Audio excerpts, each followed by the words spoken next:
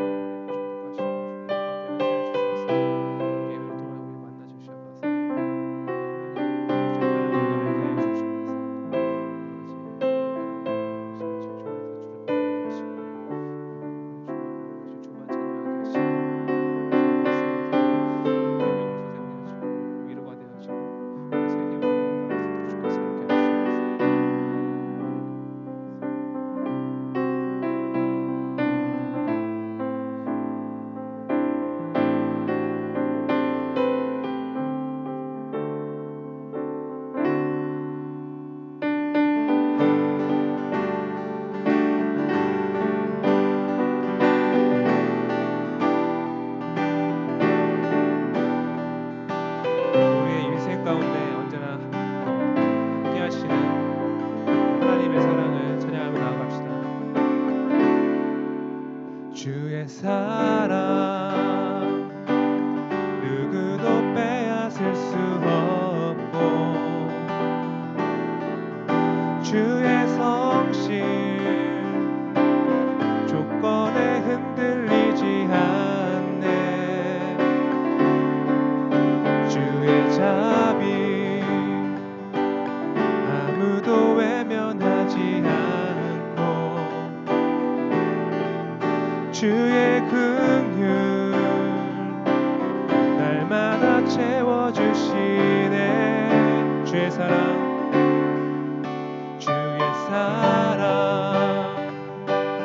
누구도 빼앗을 수 없고 주의 성실 조건에 흔들리지 않네. 주의 자비 아무도 외면하지 않고 주의 긍휼 건강히 맞아주시네. 찬양해 아버지 사랑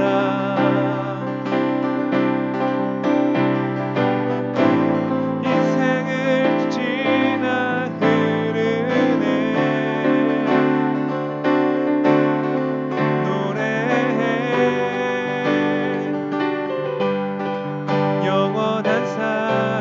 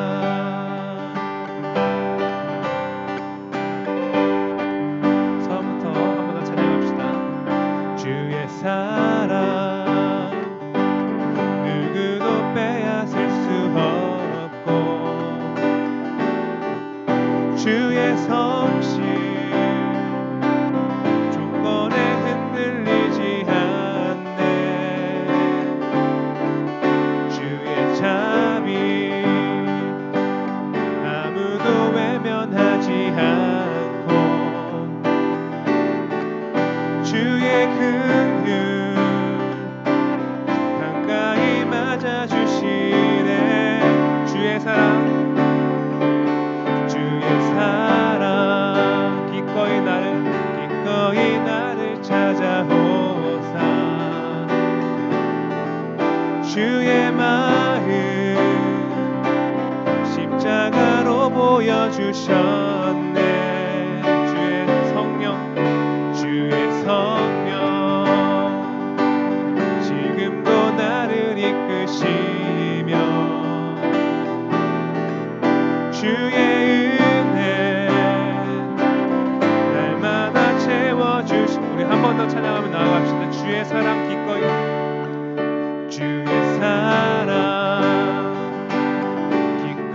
나를 찾아오사 주의 마음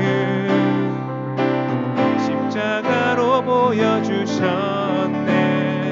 주의 성령 지금도 나를 이끄시며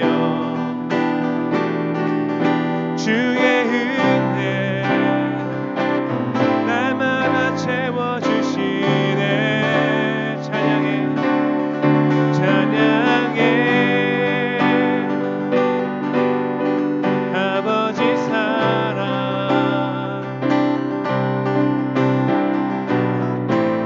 인생을 지나 흐르네.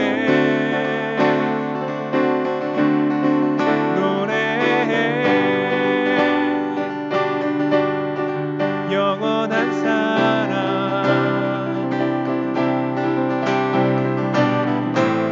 역사를 넘어 흐르네. 찬양해 아버지 사랑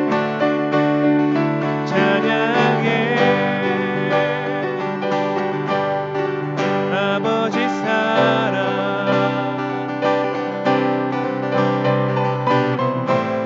인생을 지나 흐르네. 노래해 영원한 사랑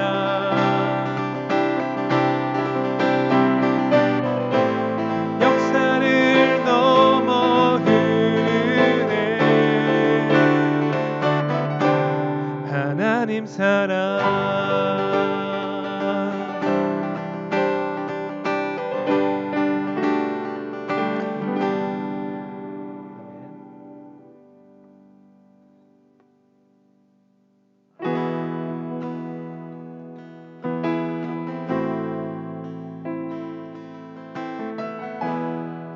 주님 우리가 정결한 심령으로 주께 나아가기 원합니다. 함께 찬양하시겠습니다. 거룩하신 성령님 지금 내게 오셔서 나의 눈 열어 보게 하소서.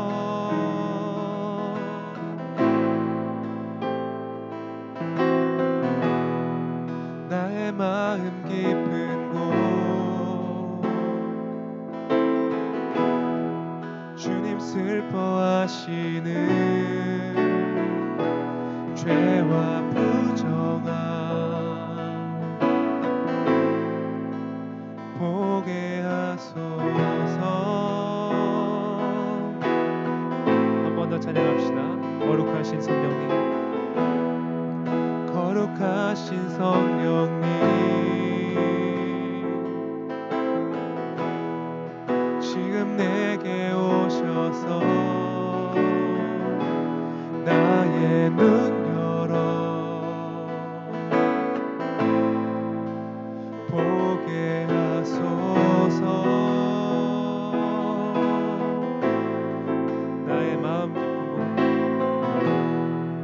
나의 마음 깊은 곳 주님 슬퍼하시는 죄와 부정함 보게 하소서.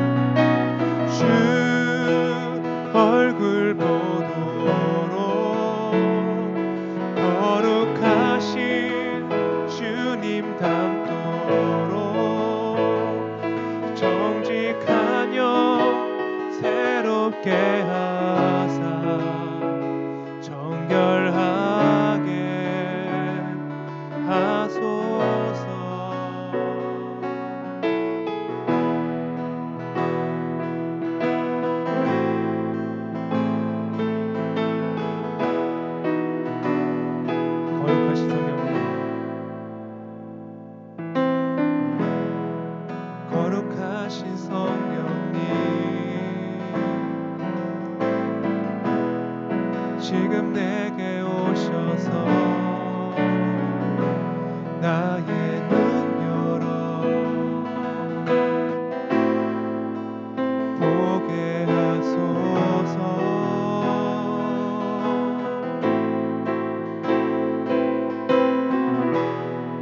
나의 마음 깊은 곳 주님 슬퍼하시는 죄와 부정함 보게 하소서. 보게 하소서. 보게 하소서. 보게 하소서. 보게 하소서.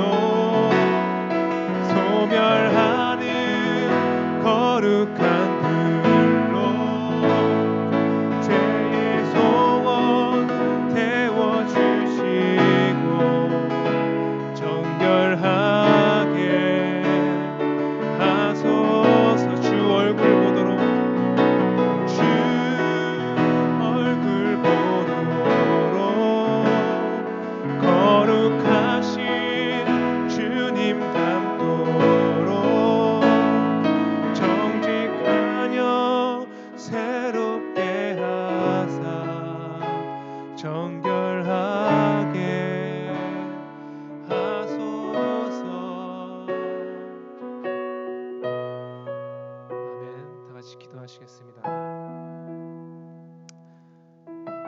주님, 우리가 우리의 영혼을 제대로 바라보기 원합니다. 주님, 우리가 주 앞에 우리의 영을 그대로 내보이기를 원합니다. 아버지, 우리가 가지고 있는 모든 죄의 소망들 주 앞에 내려놓고 성령의 불로 주께서 태워주시기를 원합니다.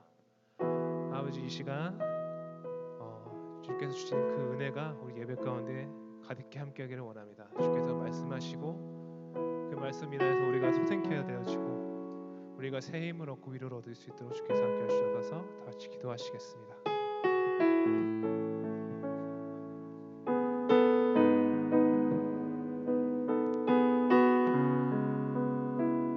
I'm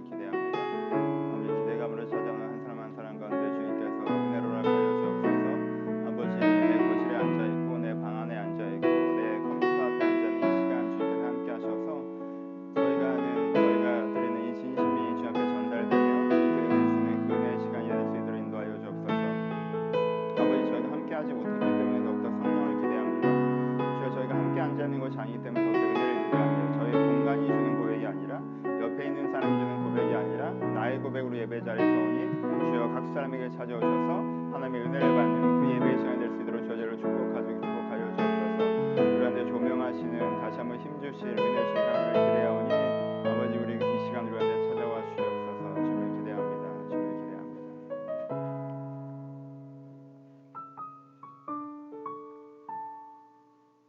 하나님, 오늘 저희가 각자의 자리에서 하나님을 찾습니다. 공간을 주는 고백, 옆 사람이 주는 고백이 없기 때문에 오롯이 더욱더 나의 고백으로 예배 자리에 섭니다. 아버지, 한 사람 한 사람이 고백하게 하시고 하나님을 기대하게 하시고 주님을 초대하게 하시고, 그럴 때 주님께서 각자의 처소에 지금 임재하여 주옵소서. 지금 앉아있는 그곳이 예배당이 되게 하시며 그것이 앉아있는 그곳이 하나님을 만나는 곳이 되게 하시며 한 주간 살아갈 새 힘과 은혜를 얻는 그 시간이 될 수 있도록 주님께 은혜를 허락하여 주옵소서.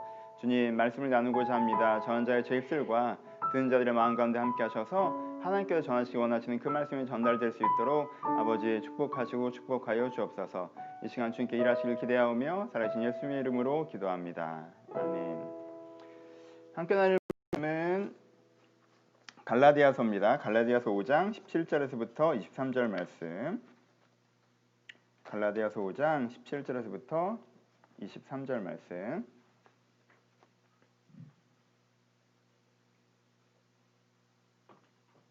17절에서 23절 말씀 제가 봉독해 드립니다.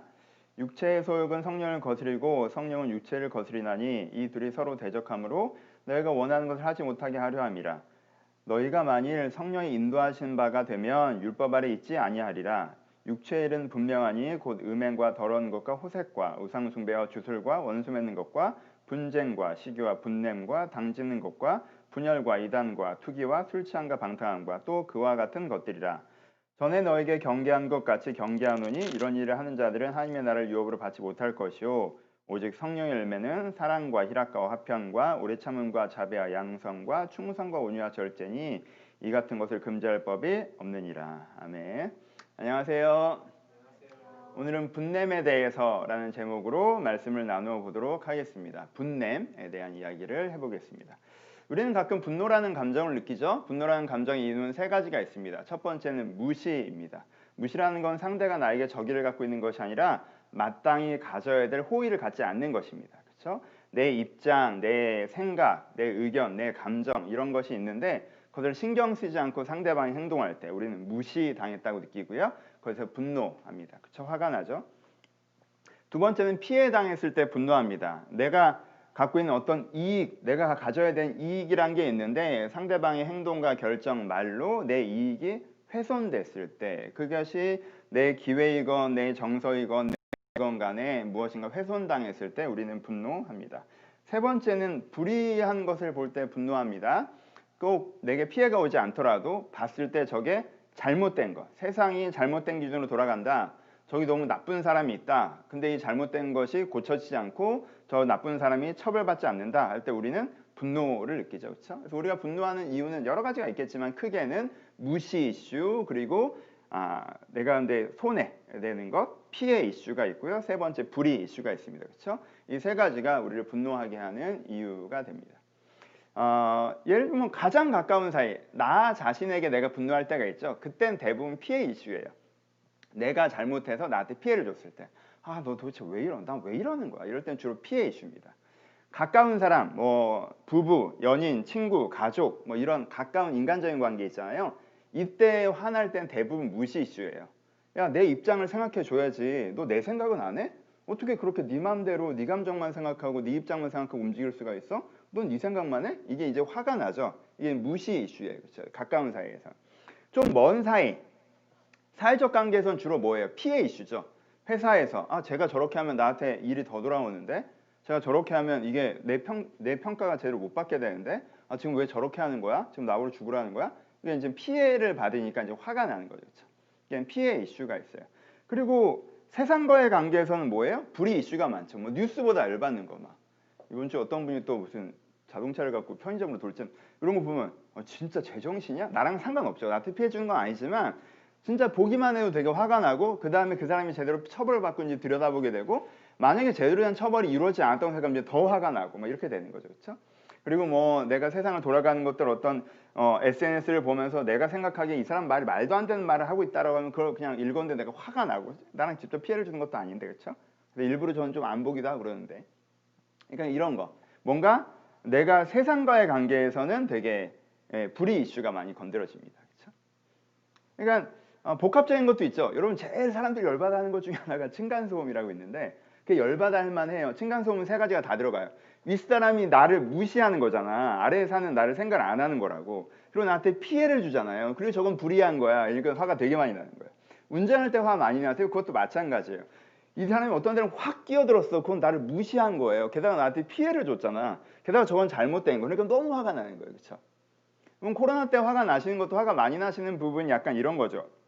그렇죠? 뭐 마스크를 안 쓰는 사람, 뭐 저녁에 술자리 가는 사람, 뭐 대면 예배 드리겠다고 하는 사람 보면 좀 화가 나죠. 왜? 나는 어렵게 이걸 참고 있는데 내 이 고생을 되게 무시하는 것 같잖아요. 그렇죠? 그리고 그 사람들 행동이 나한테 피해가 돌아오는 것 같고 그 사람의 행동이 잘못됐다고 느끼니까 세 가지가 연결될 때는 굉장히 막 화가 나는 거죠. 그렇죠? 그 반대에도 마찬가지로 뭐 룸사롱은 되는데 노래방은 안 된다, 뭐 식당은 되는데 PC방은 안 된다, 술집은 되는데 교회가 안 된다고 하니까 그 안 된다고 하는 쪽에서는 PC방 사장님들 또 뭐 교회도 가끔 그렇죠, 막 이렇게 막 화가 나는 거죠. 왜요? 나한테 피해가 돌아오잖아. 그리고 뭔가 부당한 것 같잖아. 그리고 우리 업계를 좀 무시해서 그러나 왜 카페는 되는데 PC방은 왜 안 된다는 거야? 도대체 식당에서 밥 먹는 건 되는데 왜 PC방에서 밥 먹는 건 안 된다는 거야? 뭐 이렇게 되는 거죠, 그렇죠? 그러니까 이제 화가 나시는 거예요. 피해도 있지만 거기 불이의 이슈도 있고 무시의 이슈도 있기 때문에 화가 굉장히 많이 나는 거예요. 차라리 PC방 사장님들 말씀, 차라리 셧다운을 하는 거면 문을 닫아도 내가 안 오로 하겠다. 근데 나는 정부 시책 때문에 PC방을 닫고 있고 중고등학생 못 들어오고 음식도 못 팔아서 막 죽겠는데 이제 가다가 이제 통닭집에 사람들 빽빽하게 모이고 마스크 벗고 먹고 있는 거 보면 이제 막 화가 나는 거죠. 그렇죠? 이 세 가지 이슈가 이제 연동되는 거예요. 그럼 우리는 어떻게 돼요? 화가 납니다. 그렇죠? 화가 나는 건 나쁜 거예요? 아니죠. 자연스러운 거죠. 건강한 거죠. 그래서 화가 안 나시면 오히려 문제가 있는 거예요. 화가 난 아예 안 난다라고 하는 심리적인 이슈가 있거나 뭔가 센서에 문제가 생긴 거예요. 그러니까 난 아무런 일도 없는 것 같아요. 무엇을 해도 화가 안 나요? 하시면 상담 받으셔야 돼요. 뭔가 문제가 있는 거예요. 그건. 저건 건강하지 않고 자연스럽지 않습니다. 그런데 화가 나는 건 자연스러운데 좀 생각을 해볼 필요가 있어요. 내가 제대로 화를 내고 있는 건지, 내 화가 적절한지. 보세요. 이제는 그럴 때 화가 나는 건 자연스러운 거예요. 근데 한 두 가지 이슈 정도를 살펴봅시다. 어떤 분들은 알고 보면 적절하지 않는 화를 내세요. 예를 들어서 세 가지가 똑같이 있어요. 본인은 무시당해서 화냈다라고 느끼는데 사실은 본인이 예민해서 화를 내는 거예요. 그 사람 무시하는 사람이 없어요. 그 정도로 배려해주면 된 거예요. 내 본인 기준에 나는 더 배려받아야 되고 주변에 나를 더 맞춰줘야 된다고 생각해요. 그래서 그만큼 배려해주고 맞춰주지 않았으니까 나를 무시했다고 생각해요. 이건 그냥 이기적인 거예요. 그렇죠? 뭔가 더 내 중심으로 돌아가야 되는데 내 중심으로 안 돌아가서 화가 나는 거면서 내가 무시당했다라고 본인은 느끼죠. 하지만 무시당한 게 아니에요. 그냥 본인이 예민한 거지.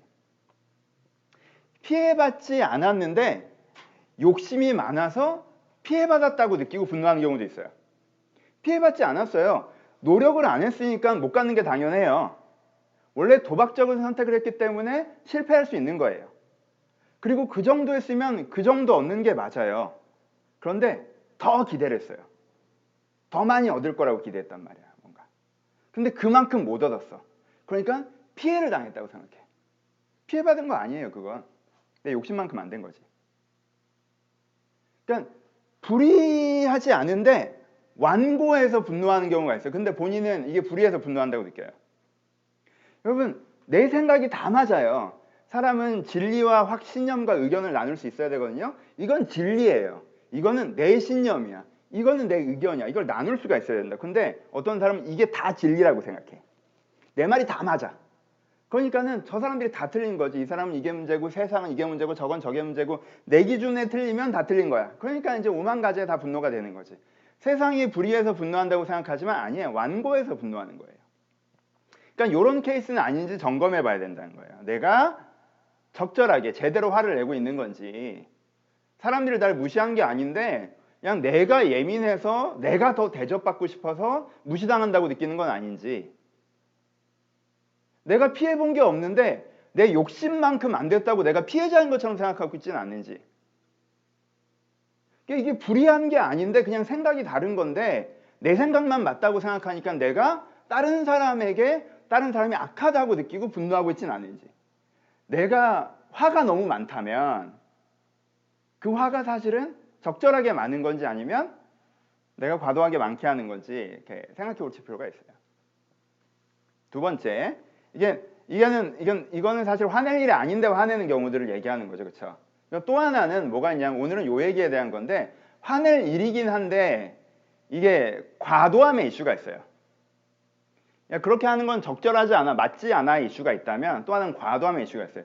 이게 진짜 화낼 만한 일이에요. 근데 여러분 화낼 만한 일이라고 한 다음에 그 다음에 뭐가 중요해요? 정도가 중요하죠. 그럼 얼마만큼 화낼 만한 일인가가 되게 중요해요. 그렇죠? 근데 요즘에 굉장히 큰 특징이죠. 정도가 없어요. 정도가. 이건 3만큼 화낼 일이에요. 근데 8만큼 화내요. 그럼 나머지 5는 어디서 왔을까요?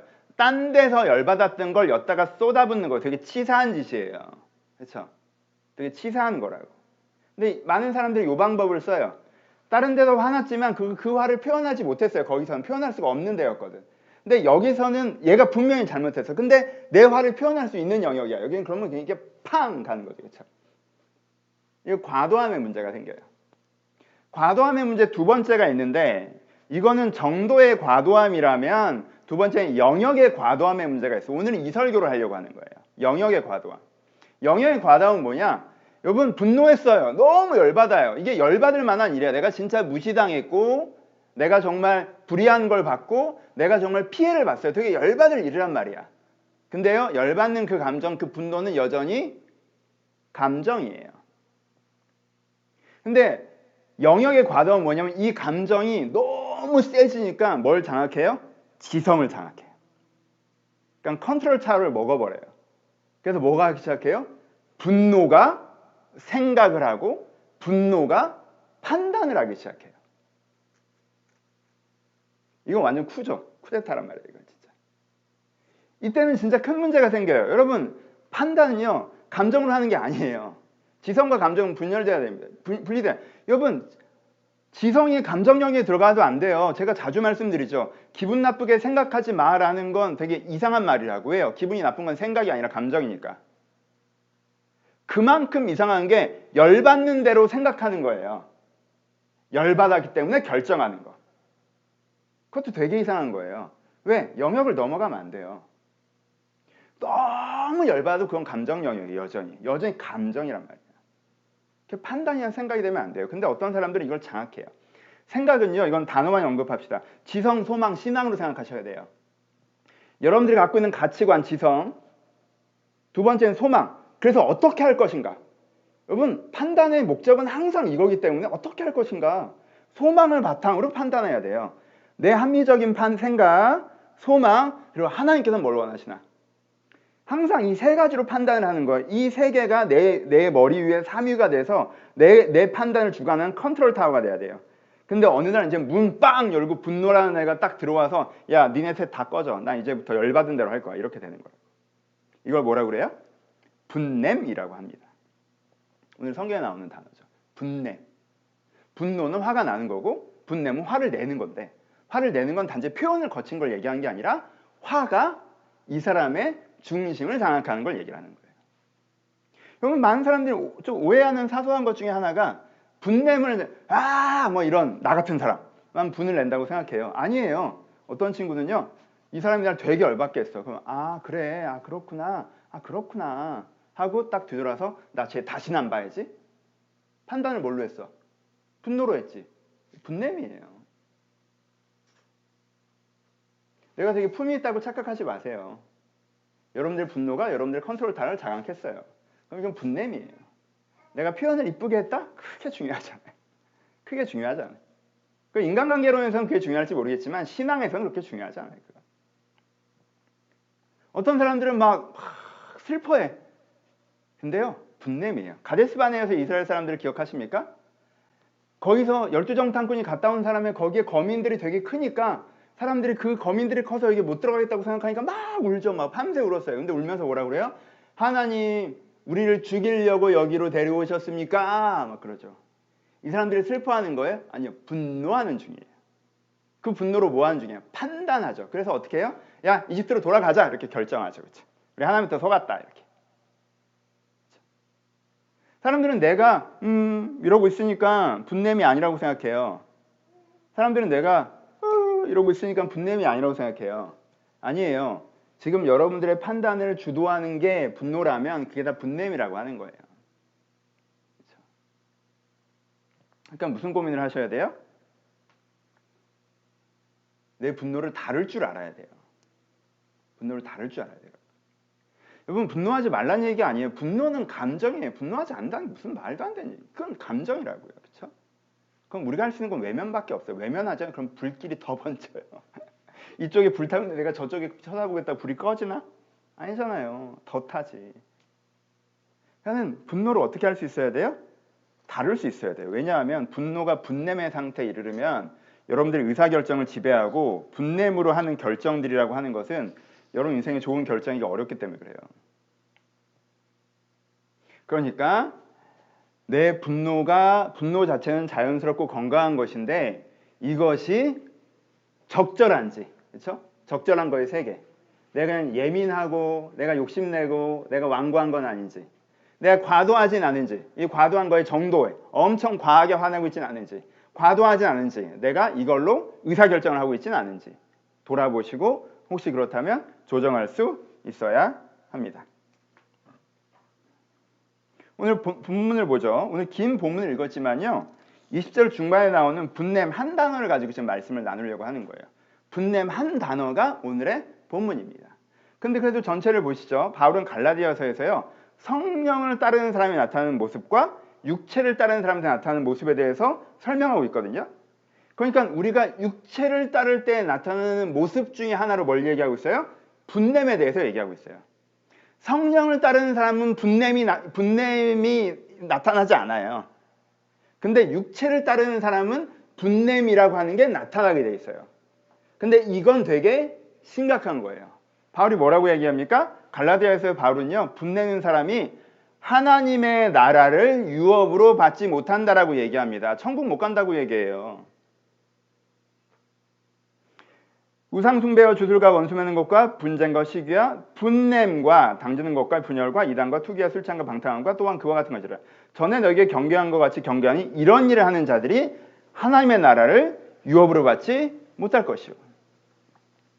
여기에 대한 자세한 설명은 또 나중에 합시다. 하지만 임팩트 있는 포인트만 봅시다. 오늘은 에베소서에도 똑같은 얘기예요. 분냄을 버려야 한다라고 강조합니다.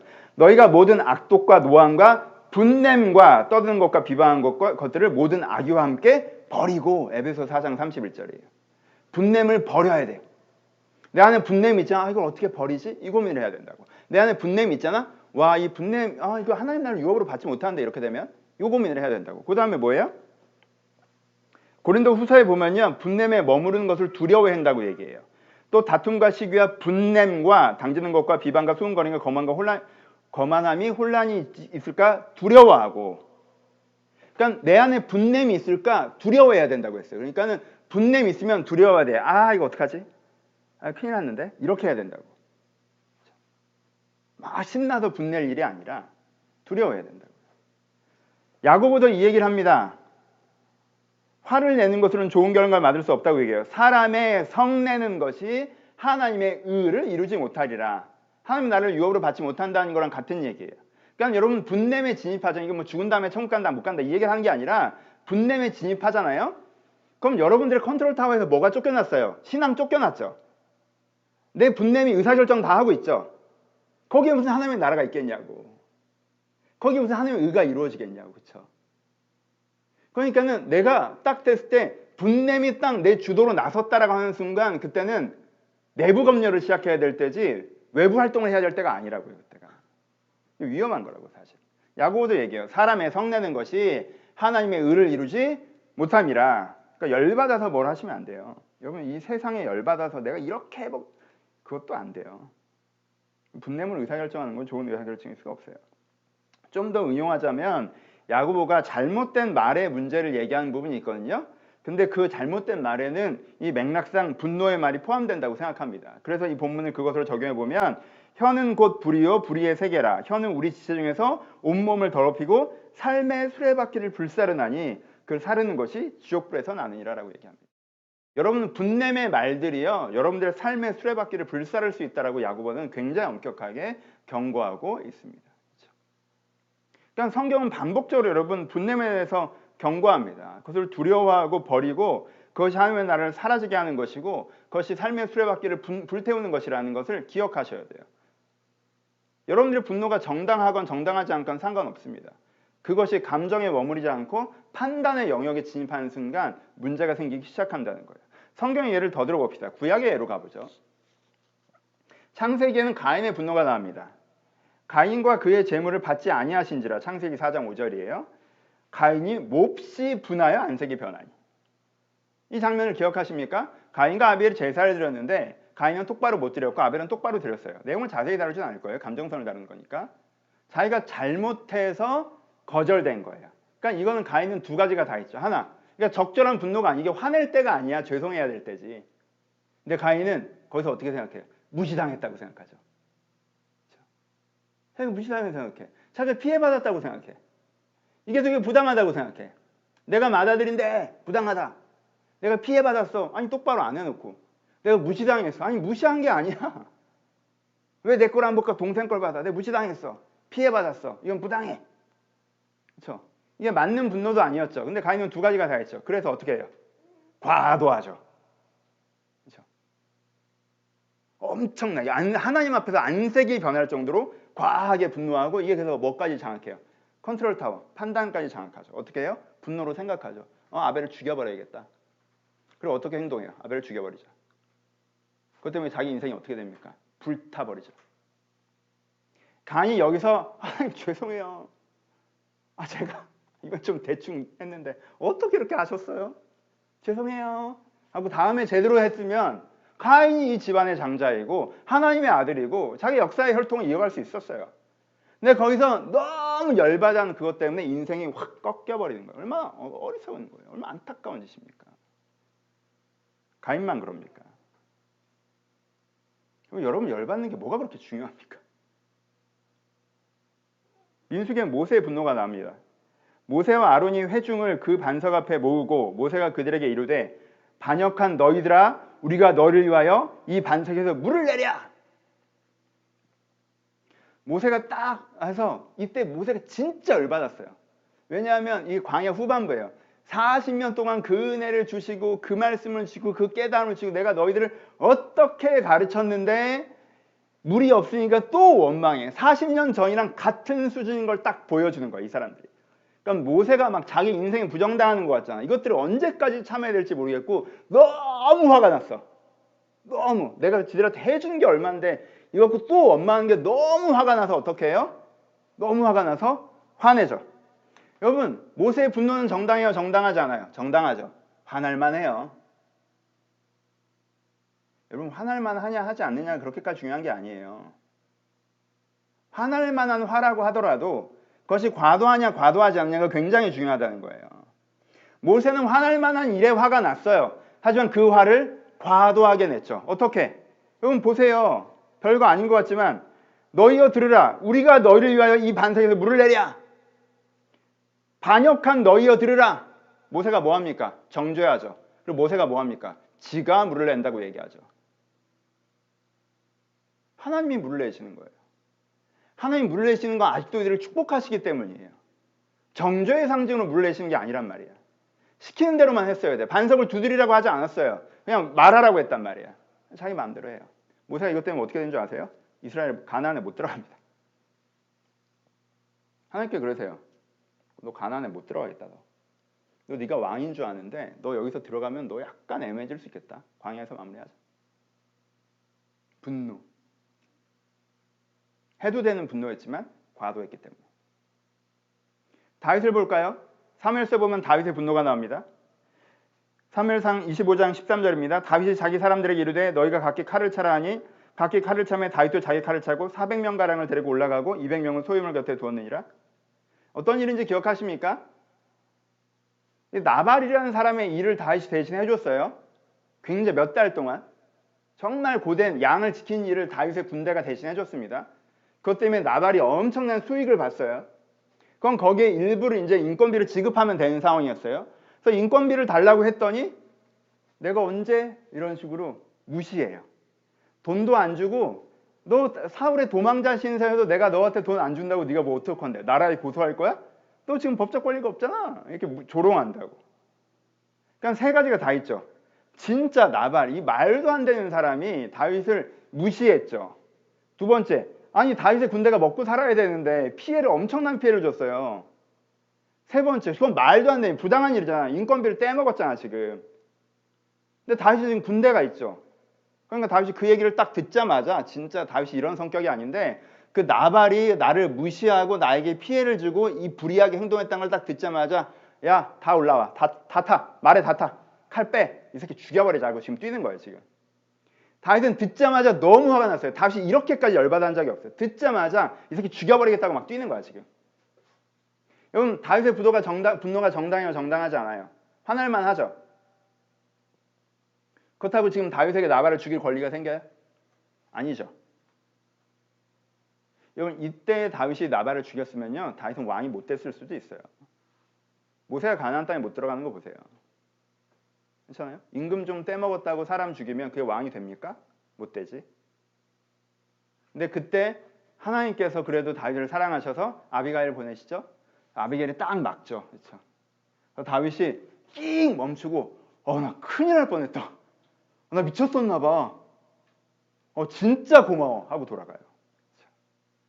근데 이게 있어야 돼요. 여러분 인생에 여러분들 안에 아비가일이 있어야 돼요. 여러분 인생에 아비가일이 있어야 돼요. 그렇게 분노로 달리시면 큰일 납니다. 요한복음에 베드로의 분노가 나오죠. 시몬 베드로가 칼을 가졌는데 그것을 빼어 대제사장의 종을 쳐서 오른쪽 귀를 베어나니 그 종의 이름은 말고라. 바리새인들이 군대를 끌고 왔어요. 새벽에. 예수님 잡아가겠다고. 베드로가 얼마나 열받았겠어요.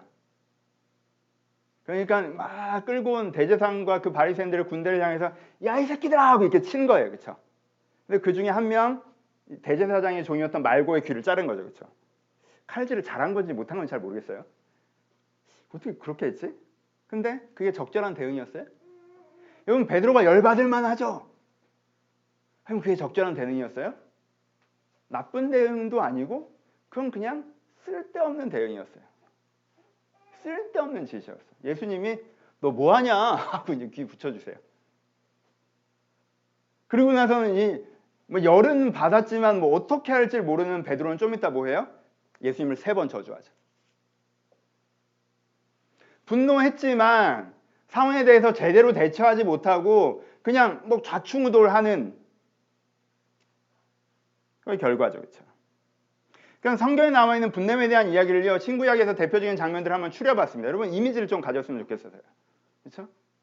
그래서 신약에서 뭘 그렇게 계속 강조하고 있어요? 야 분내는 게 진짜 안 좋아. 분노가 너의 판단을 장악하는 게 너무너무 위험한 거야. 너 그럼 하나님 나라를 유업으로 받지 못해. 형태는 이루지 못해. 너 그거 두려워해야 돼. 너 그거 버려야 돼. 라고 얘기하죠. 그렇죠? 구약에서는 그 실제를 보여주죠. 구약에서는 실제를 보여줘요. 야 모세가 그렇게 열받아하는 것 때문에 분냄, 판단으로 넘어간 때문에 가나안 땅에 못 들어갔어. 다윗이 거기서 안 멈췄으면 왕이 못했을 거야. 가인은 자기 인생의 모든 기회를 다 날려버렸어. 베드로는 진짜 그냥 우스꽝스러운 모습이었던 거지. 그러니까 네가 지금 분내서 뭔가 하는 게 그땐 굉장히 정당해 보이고 열정적이고 뭔가 있는 것처럼 기분이 들겠지만 사실 그거 되게 아무것도 아니고 네 인생에 방해되는 거야 라고 신구약 성경이 보여줘요. 여러분 다시 얘기합니다. 예의 바른 분노, 냉정한 분노 다 포함돼요. 여러분 저는요 예의 바른 분노를 하는 사람들이 훨씬 더 오래 분냄에 사로잡혀가는 걸 봅니다. 그러려면 차라리 그냥 폭발시키세요. 그렇게 예의 바르게 딱 그래요 내가 너랑 다시 보면 사람도 아니다 하고 딱 돌아서서 끝 몇 년 동안 그 사람은 난 쟤 싫어. 나 쟤 싫어.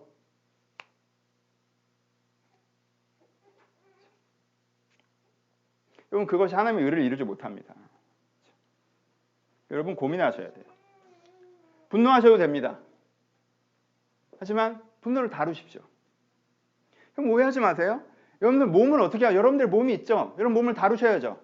몸이 내 거니까 내 마음대로 써도 돼요? 아니요. 잘 재워줘야 되죠. 잘 먹여줘야 되죠. 그렇죠? 잘 움직여줘야 돼요. 그래서 건강한 몸을 이루어져야 되는 거죠. 그렇죠? 여러분들의 분노가 있어요. 분노하시라니까요. 근데 그 분노를 잘 다뤄주셔야 돼요.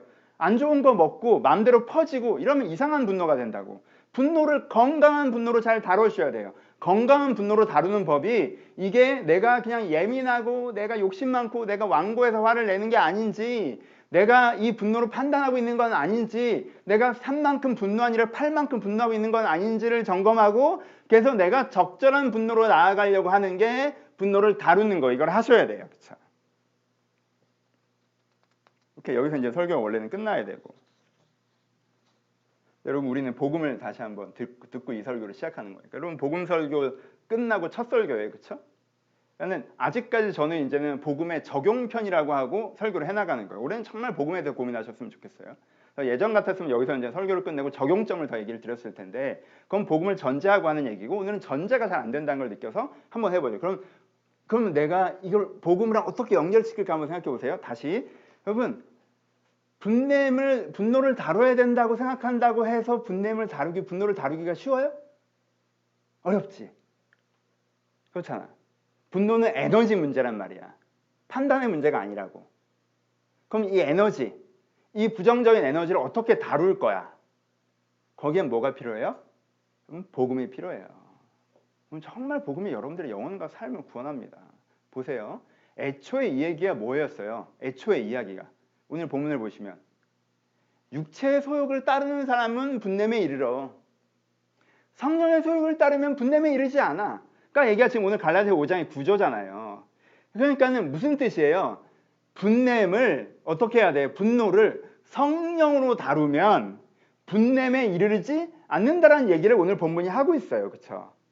그럼 이 얘기를 여러분들이 공부했던 로마서랑 연결시켜 봅시다. 그럼 어떻게 하길래 이 분노가 잘 다루어져서 분냄에 이르지 않을 수 있을까요? 복음이 어떻길래 하나님 이 복음으로 십자가의 능력으로 내 분노를 이렇게는 안 되고, 그렇게 주문에 외우듯이 해서 되는 게 아니라 복음의 내용을 기억해 보세요. 복음의 내용이 뭐였어요? 첫 번째, 순서는 좀 바꿔봅시다. 사랑의 하나님을 믿는 게 복음 중에 하나죠. 그렇죠? 사랑의 하나님을 믿는 거. 내게 가까이 계시는 그 사랑의 하나님을 믿는 거. 그렇죠? 십자가의 하나님. 낮고 낮은 이 땅에 오신 하나님. 날 정죄하신 하나님. 내가 문제가 많아도, 내가 심각해도, 내가 한심해도 여전히 똑같이 나를 사랑하시는 그 하나님. 그렇죠? 사랑의 하나님을 믿는 거. 여러분, 이게 잘 따라오셨으면 좋겠는데, 열받았을 때 나에게 가장 필요한 게 뭔지 아세요? 복수인가요? 열받았을 때 나에게 가장 필요한 사람은요, 나를 사랑하는 사람이에요. 왜요? 열받았을 때 가장 나에게 필요한 것은 나와 같은 마음으로 분노해 줄 사람이 제일 필요해요. 그렇죠? 이 열을 식히는 방법이 뭔지 아세요? 이 막 계속 타오르는 열에 구멍을 내서 열기를 뺄 수 있는 방법이 뭔지 아세요? 나를 사랑하기 때문에 나랑 같은 마음으로 분노해 줄 사람. 그렇죠? 근데 사랑하기 때문에 나랑 같은 마음으로 분노해 주는 거예요. 이게 제일 필요해요. 하나님 여러분들을 사랑하세요. 그래서 여러분들이 분노하잖아요. 그러면요, 하나님께서 그 분노에 동감해 주세요. 이 분노가 만약에 예민함으로 인한 분노라면요, 동감받기보단 정죄받지 않을까요? 아니에요. 계속 반복해서 말씀드리죠. 부모는요, 애가 별거 아닌 때문에 울어도 애가 울면 같이 마음이 아파요. 동감돼 있다고. 그거 별거 아니야. 이렇게 얘기하지 않아요. 그럼 네가 잘못해서 그렇게 된 거잖아. 그렇게 하지 않는다고. 애가 아프면 부모도 아프고, 애가 화나면 부모도 화난다고. 그 감정은 기본적으로 감정선이 같이 가요. 높고 높은 보좌를 떠나 낮고 낮은 이 땅에 오셨다는 건 내 분노가 심지어 정당하지 않을 때라도 내 분노에 공감해 주신다는 뜻이지, 그 위에서 나를 판단하신다는 뜻이 아니에요. 그러니까는 내가 분노했을 때 그 분노를 하나님 앞에 정확하게 얘기하면 하나님께서 네가 맞다고 해주신 건 아니지만 네 입장에서, 네 처지에서 지금 네가 그렇게 화날 수 있겠다는 걸 헤아려 주신다고. 객관적인 기준이 아니라. 객관적인 기준이 아니라 주관적인 기준에서 네가 그럴 수 있겠다라고 헤아려 주세요. 그래서 그치 너무 진짜 네 상황에, 네 성장 배경에, 네 감정선에 그럼 너 진짜 열받겠다. 물론 저 사람한테 그렇게 화를 내는 건 적절하지 않지. 왜냐면 이 누적 감정을 푸는 거니까. 하지만 난 네 누적 감정을 잘 알기 때문에 여기서 또 이런 일이 생길 때 너도 얼마나 화가 날지 난 알아. 그게 있다고. 두 번째, 여기서 뭐도 있어요? 과도해도 괜찮아요. 이때는. 여러분 이게 판단으로 넘어가는 게 문제인 거지 감정선 안에 있잖아요. 그때는 과도하게 괜찮아요. 그러니까 하나님한테 정말 과도하게 기도하셔도 돼요. 시편의 다윗의 저주 기도들을 제가 항상 강조드리죠. 다윗이 뭐라고 기도합니까? 하나님 산불이 나서 나무들을 다 태워버리는 것처럼 내 원수를 다 태워버려 달라고 그래요. 그렇죠? 이게 시적 표현이니까 어감이 잘 안 오세요? 무슨 뜻이에요? 지금 볼 때 쟤들이 너무 잘 사는 거야. 내 원수들이 푸르르단 말이야. 근데 하나님 뭐라고 쟤들 그냥 다 불태워 주세요. 막 이러는 거라고. 그렇죠? 근데 다윗이 실제 객관적으로 판단을 그렇게 해요? 아니죠. 사울의 죽음에 슬퍼하죠. 다윗이 대적들에게 그렇게 행동하진 않아요. 하지만 감정 얘기를 할 때에는 정말 지금은 진짜 다 죽어버렸으면 좋겠고 막 이런 감정선이 있잖아요. 그 감정선을 과도하게 하나님께 다 고백해요. 그럼 하나님께서 네가 지금 그만큼 열받는 거는 나도 알 수 있다. 그럼 그것만으로도요. 그게요. 여러분들의 그 분노의 스팀이 쫙 빠집니다. 이게 여러분 기본적으로 그냥 쿨링 시스템이 있는가 되게 중요한 거예요. 여러분 내면에. 여러분 과열은 항상 된다니까 삶을 살아가는데 그러니까 팬이 안 돌아가니까 컴퓨터가 과열되는 거지 팬이 돌아가면 괜찮아요. 팬이 안 돌아가니까 문제라고. 근데 그 팬이 돌아가는 게 뭐냐 하면 사랑하는 사람이에요. 날 사랑해서 내 마음에 공감해 주는 사람이 팬이란 말이야. 근데 하나님이 날 사랑하신단 말이에요. 사람들보다. 어떤 사람들 여러분을 그만큼 사랑하지 않아요. 하나님이 여러분들을 사랑하세요. 그러면 하나님이라는 팬이 돌아갈 때 하나님께 내 분노를 고백하고 과격하게 고백하고 잘못됐을지라도 고백하고 하여튼 난 지금 열받는다고 라고 내 감정선을 쏟아부을 때 하나님 그 감정선을 받아주고 헤아려 주시면 그 자체로 내 이 톤이 내려가요. 분노가 사라지진 않아요. 하지만요 여러분들 분노가 일정 틀 안에 머무를 수 있어요. 일정 틀 안에 머무르는 분노는요 에너지로 잘 쓸 수 있습니다. 나쁜 것만이 아니에요. 두 번째 우리가 또 복음은 뭘 믿는 거라고 했어요? 사랑의 하나님을 믿는 거고 또 의롭다 하신 하나님을 믿는 거라고 했죠. 의롭다 하신 하나님. 의롭다 하신 하나님이 뭐예요?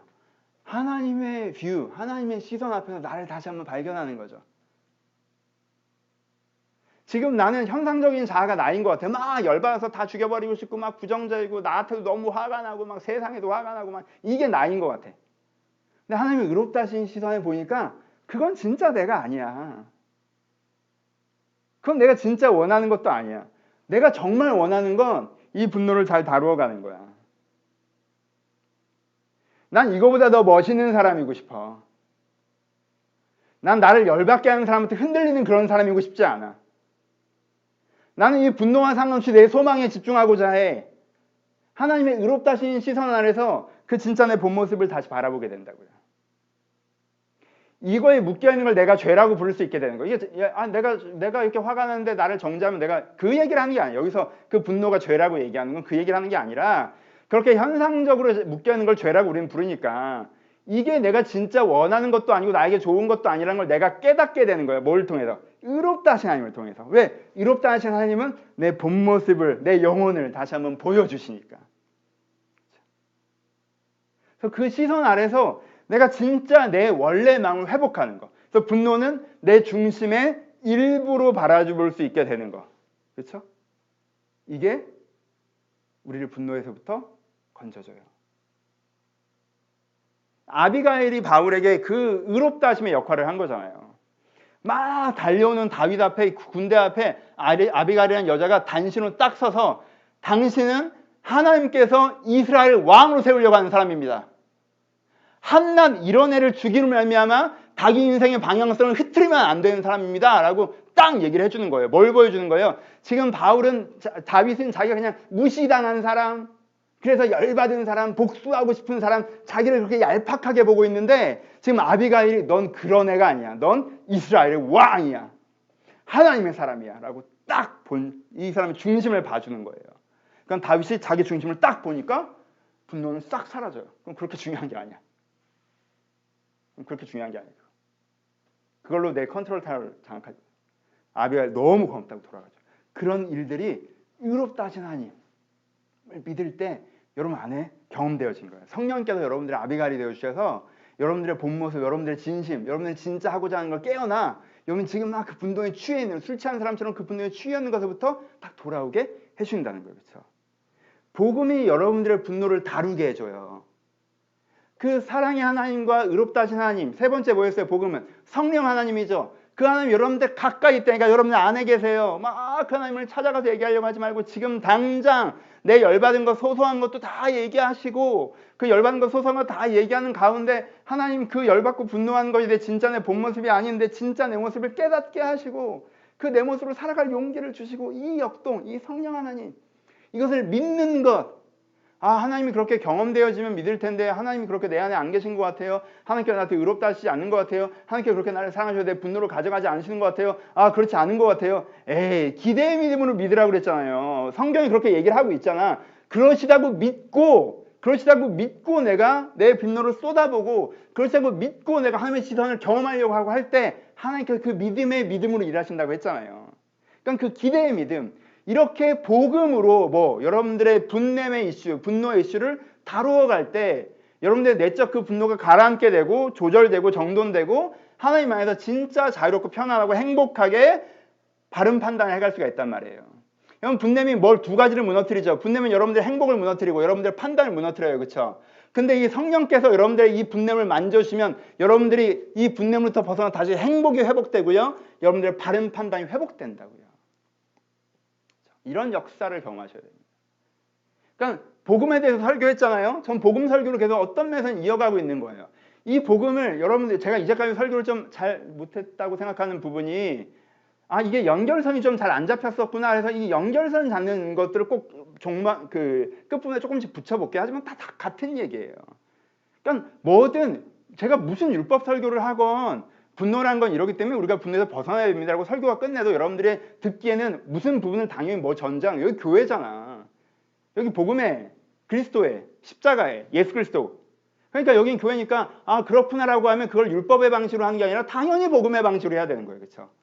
이 복음의 방식이라고 하는 게 그 분냄의 이슈라고 하면 문제라고 하면 사랑의 하나님을 통해서 의롭다 하신 하나님을 통해서 성령 하나님을 통해서 믿음을 통해서 내 것들을 점점 바꿔가는 것. 이것이 우리가 하는데 일상적으로 익숙해진 것들이 필요하다는 거예요. 여러분 그러면요 구원의 역사가 정말 날마다 여러분한테 경험된 걸 이루어진 걸 경험하실 거예요. 그럼 여러분 쓸데없는 분노 때문에 여러분 얼마나 인생을 낭비하고 계십니까? 말씀을 마칩시다. 한국 사회를 분노 사회라고 합니다. 우리 기본적으로 화가 나 있습니다. 그렇죠? 작은 빌미가 생기면 폭발합니다. 코로나라는 상황이 이것들을 가중시키죠. 저도 코로나 때문에 어느 정도 화가 나 있는 것 같아요. 저번에 며칠 전에 이제 집에 늦은 시간에 집에 가려고 딱 주차를 하고 나오려고 하는데 치킨집에 사람이 왜 이렇게 많아?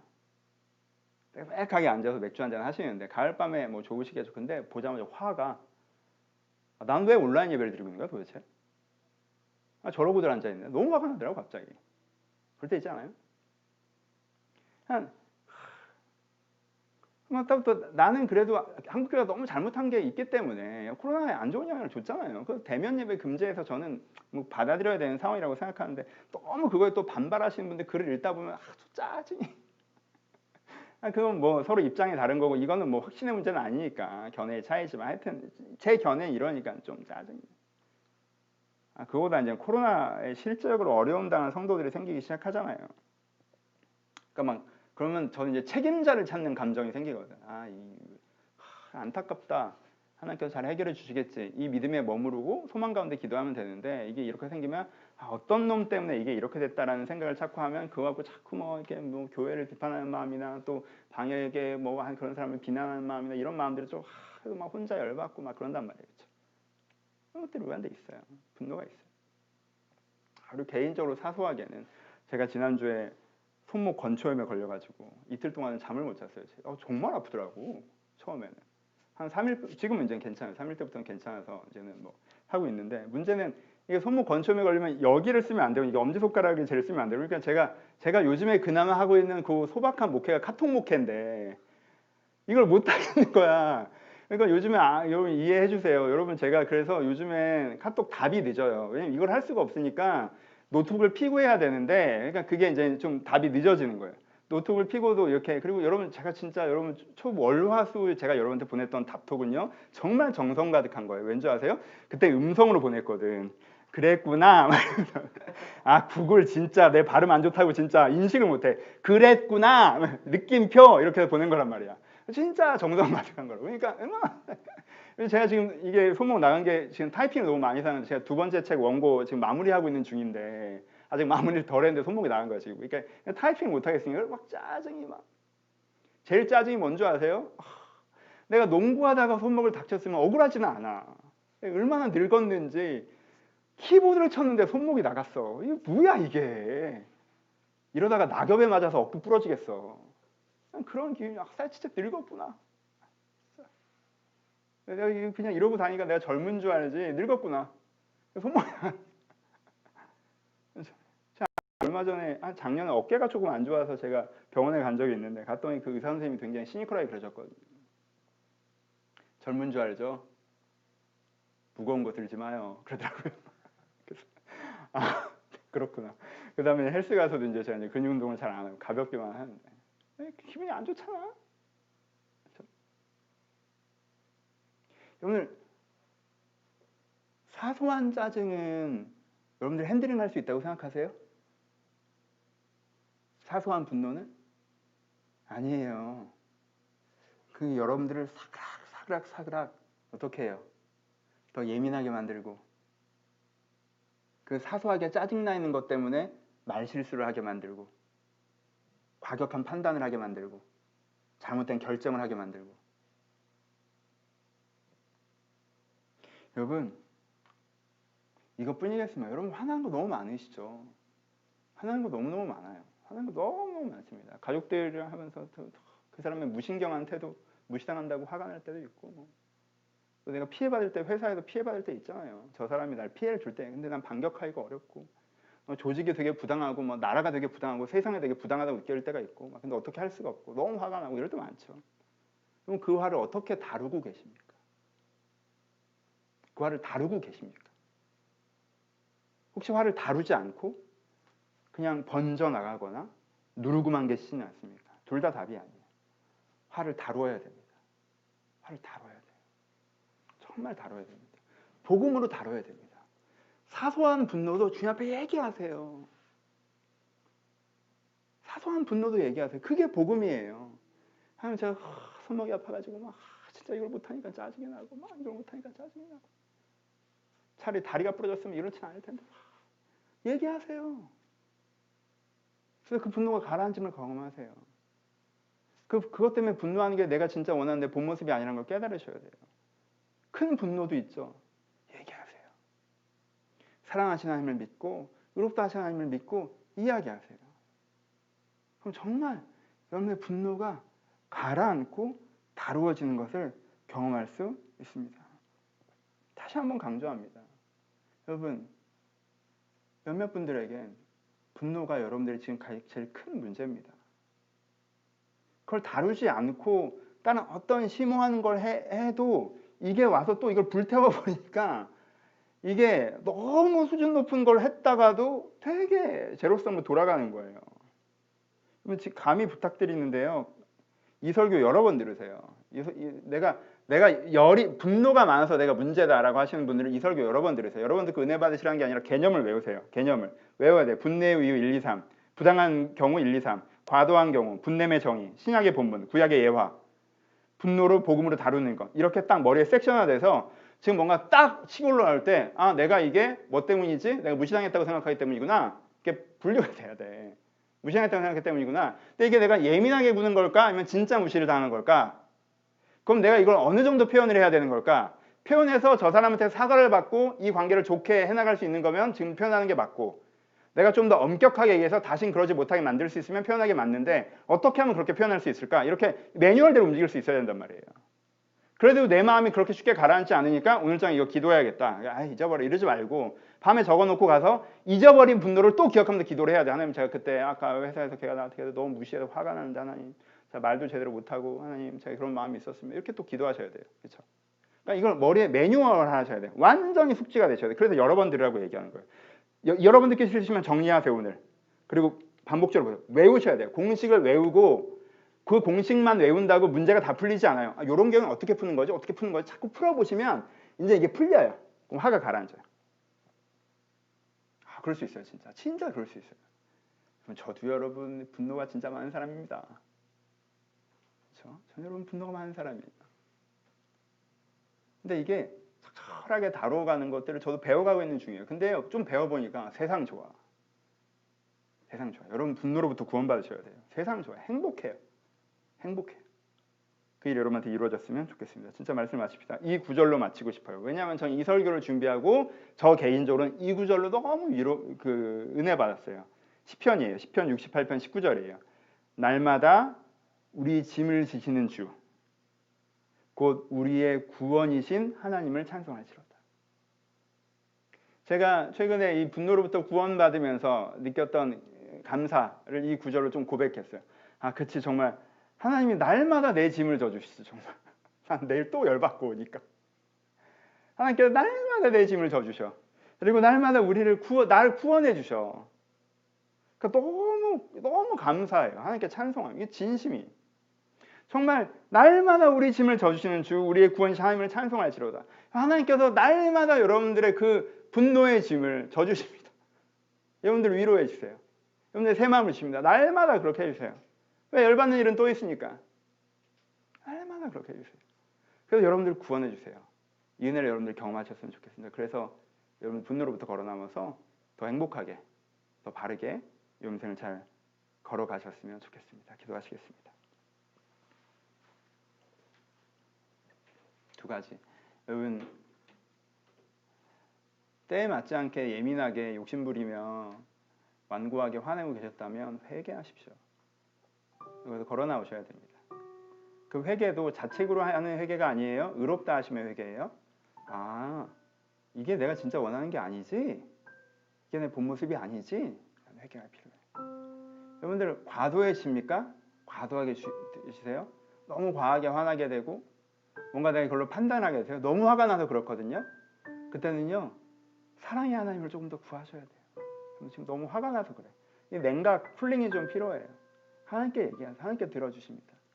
여러분들 요즘에 열받았던 것들이 있으신다면, 여러분 안에 있는 분노가 있으시다면 그것들을 좀 고백하시면서, 하나님 제가 이렇습니다 고백하시면서 우리 들은 말씀 가지고 먼저 같이 기도하기를 소원합니다. 기도하겠습니다. 하나님 아버지 우리 안에 분노가 있습니다. 주님, 우리 안에 분노가 있습니다. 아버지 이 세상을 살아가면서 화날만 하고 아버지 이 관계 속에서 내가 화날 때가 있고, 아니 내가 무시당할 때가 있고, 내가 피해볼 때가 있고, 내가 부당한 일을 경험할 때가 있으니, 내가 불의한 세상을 볼 때가 있으니 왜 분노하지 않겠습니까? 하나님 내가 분노합니다. 주님, 아버지 이 아픈 것조차도 내가 마치 피해를 당한 것처럼 내가 분노하고 있는 모습들도 있습니다. 하나님, 내가 이 코로나 상황을 보면서 겸손히 내 역할을 감당해보다 누군가를 비난하며 분노하고 싶은 마음이 들 때도 있습니다. 아버지 성도들의 모습을 바라보며 아버지 내 생각 같지 않은 것에 분노할 때도 있고, 아버지 우리의 관계성들을 바라보며 내 기대 같지 않음에 분노할 때도 있습니다.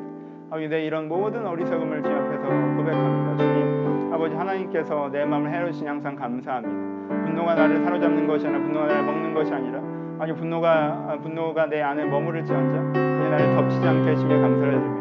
하나님, 주여 나에게 말씀하시니 감사를 드립니다. 하나님께 나를 다시 한번 평온하게 하시니 감사합니다. 하나님, 주님께 다시 한번 나를 안온하게 하시니 감사합니다. 주님께 나에게 내리시며 감사를 드립니다. 아버지 주님께 나를 평온케 하시며 감사를 드립니다. 아버지 은혜가 우리 공동체에 넘치게 하여 주옵소서. 아버지 분노하고 있는 모든 사람들의 마음 가운데 주님께서 찾아오셔서 여기서부터 자유해질 수 있도록 주의 은혜로 허락하여 주옵소서. 아버지 여기서부터 자유해질 수 있도록 주님께 은혜로 허락하여 주옵소서. 여기서부터 자유해질 수 있도록 주님께 은혜로 허락하여 주옵소서. 주님 은혜를 더하여 주옵소서. 아버지 인도하여 주옵소서. 여러분 한 주간을 위해서 기도하셨으면 좋겠습니다.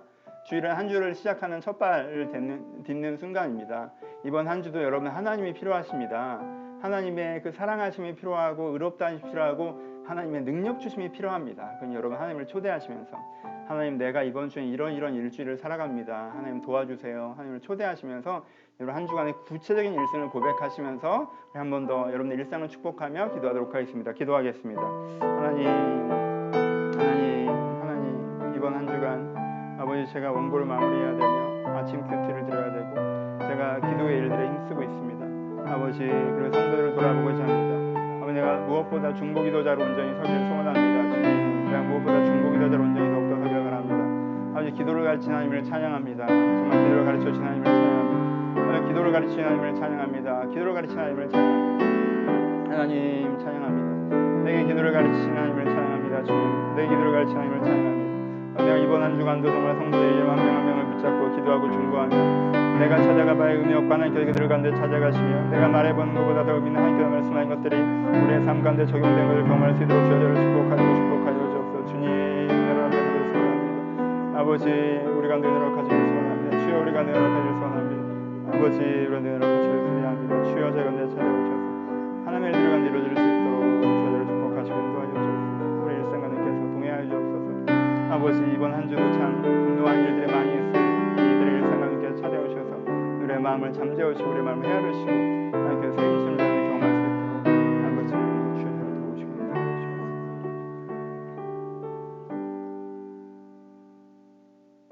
하나님 무시당할 때가 있고 피해볼 때가 있고 부당한 것들을 보고 겪을 때가 있습니다. 아버지 이번 한 주도 이것들이 반복될 것입니다. 그때마다 내 마음에 분노가 쌓여갑니다. 때로는 이 분노가 너무 많이 쌓여서 이것이 내 생의 바퀴를 불태울 것 같습니다. 아버지 여기서부터 벗어나게 하여 주옵소서. 돌아보면 내 판단이 내 의견이 사실은 분노였음을 고백합니다.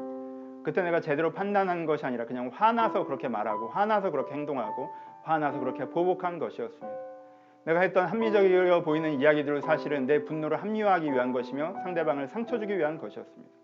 아버지 그렇게 내가 내 자신과 다른 사람의 인생을 불태우려고 하는 이 모든 것들을 멈추게 하여 주옵소서. 아버지 그저 분노를 없앨 수가 없습니다. 복음으로 나를 구원하여 주시옵소서. 내가 사랑하신 하나님께 이야기할 때 의롭다 하신 하나님께 이야기할 때 내 마음의 분노가 가라앉고 내 마음의 원래 모습이 회복되는 그 구원의 역사가 이 분냄의 부분에서 이루어지게 하여 주옵소서. 성령의 소욕을 따라 사는 자는 분냄에 이르지 않을 거라고 말씀해 주셨습니다. 지금 제가 성령을 따라 살겠습니다. 지금 내 안에 계신 성령께 귀 기울이겠습니다. 그러하오니 이 육체의 열매에서 벗어나게 하여 주옵소서. 그렇게 이 한 주간 우리 성도들이 조금 더 행복해지고 우리 성도들이 조금 더 바른 판단을 하기를 소원하오니 주여 저희 가운데 은혜를 더하여 주시옵소서. 이제 우리 주 예수 그리스도의 은혜와 하나님 아버지의 사랑하심과 성령님의 교통하심이 오늘도 분냄으로부터 구원받아 행복과 진리에 이르기를 소원하는 모든 심령 가운데 이제부터 영원토록 함께 있을지어다. 아멘.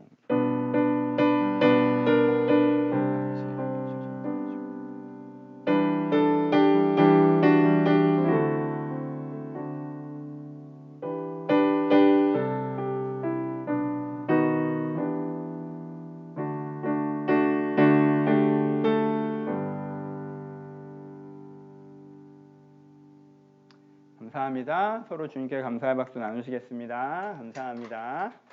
예, 광고 말씀 드리겠습니다. 이번 한 주도 은혜로운 한 주를 보내셨으면 좋겠고요. 사소한 광고 하나 드리면 교회 예배당 좌석이 300명 이상일 경우에는 실내 입장 허용 인원이 50명이고요. 교회 예배당 인원이 300명 미만이면 실내 입장 허용 인원이 20명 미만입니다. 19명까지네요. 그래서 저희 교회는 19명까지 해당됩니다. 근데 19명은 제가 부담스러워서 한 10명 정도까지는 뭐 법적으로도 훨씬 저희가 잘 지키고 있는 것 같아요. 그래서 온라인 예배를 드리셨으면 좋겠어요. 근데 혹시 내가 온라인 예배에 너무 은혜가 안 되고 현장 예배를 드리는 게 필요하겠다 싶으시면 저한테 개인적으로 연락 주셔서 인원 관리를 좀 해야 되기 때문에 연락 주셔서 그 주에 이 현장 인원이 일정하게 유지가 되면 그 인원은 참여해서 예배 드리는 것으로 하겠습니다. 근데 그 약간 뭐 오해라는 표현이 맞을지 모르겠지만 오셔도 예전처럼 막 여기서 같이 모여서 예배하는 게 아니라 지금 몇 명이 촬영하면서 이렇게 예배 드리는 거에 참여하시는 거예요. 그래서 전처럼 막 이렇게 그 현장 예배 여러분들이 원래 기억하는 현장 예배랑 좀 다르다는 것들도 기억하셔서 온라인에 적응을 하시면 제일 좋겠고, 왜냐하면 일단 코로나 상황이 길어질 거기 때문에 좋고, 그게 아니시면 한 달에 한 번이라도 영적 필요에 따라서 방문하시고자 원하시면 연락 주시고 참여해 주셨으면 좋겠습니다. 예, 이번 한 주도 별 받는 일 많은 세상에서 하나님 위로받아 평안하게 사실 주님의 이름을 축원합니다. 감사합니다. 예배 마치겠습니다.